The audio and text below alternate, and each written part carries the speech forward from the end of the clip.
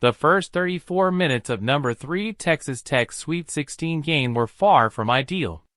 But the Red Raiders didn't quit and used a late rally to force overtime against upset-minded number 10 Arkansas, and came out on top to win 85-83 and advance to the Elite Eight. Down by 16 points with 10 minutes left in the second half, Texas Tech pulled off the second-largest comeback in Sweet 16 history. "What an unbelievable college basketball game," said Texas Tech head coach Grant McCasland. Entering the night, Arkansas ranked 265th out of 355 Division I teams in three-point percentage, 32.4%, and averaged 6.9 made three-pointers a game.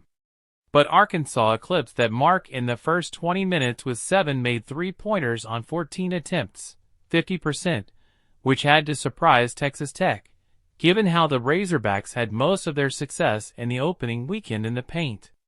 In the upset win against St. John's on Saturday, Arkansas was 2-for-19 from three-point range. Meanwhile, the Red Raiders, a solid team from beyond the arc, struggled from deep, going 3-for-18, 18.8% in the first half.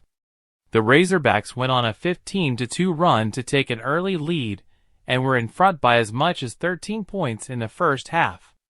The shooting from deep cooled off in the second half, but the Razorbacks went back to doing what got them to this point, grinding out teams inside the arc. Arkansas found success near the rim, while Texas Tech continued to struggle from deep. The Razorbacks' lead grew to as much as 16 points in the second half. With 6 minutes to go, Texas Tech still trailed by 13 points and looked to be done.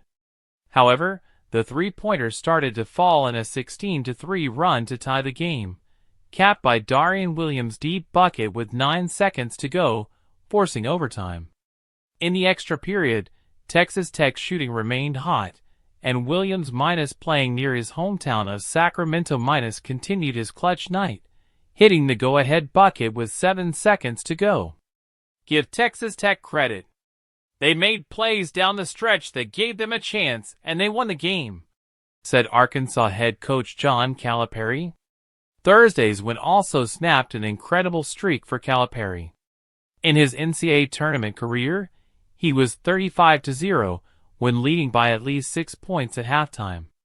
The Red Raiders trailed by 7 points at the break, but became the first one to overcome Calipari's track record.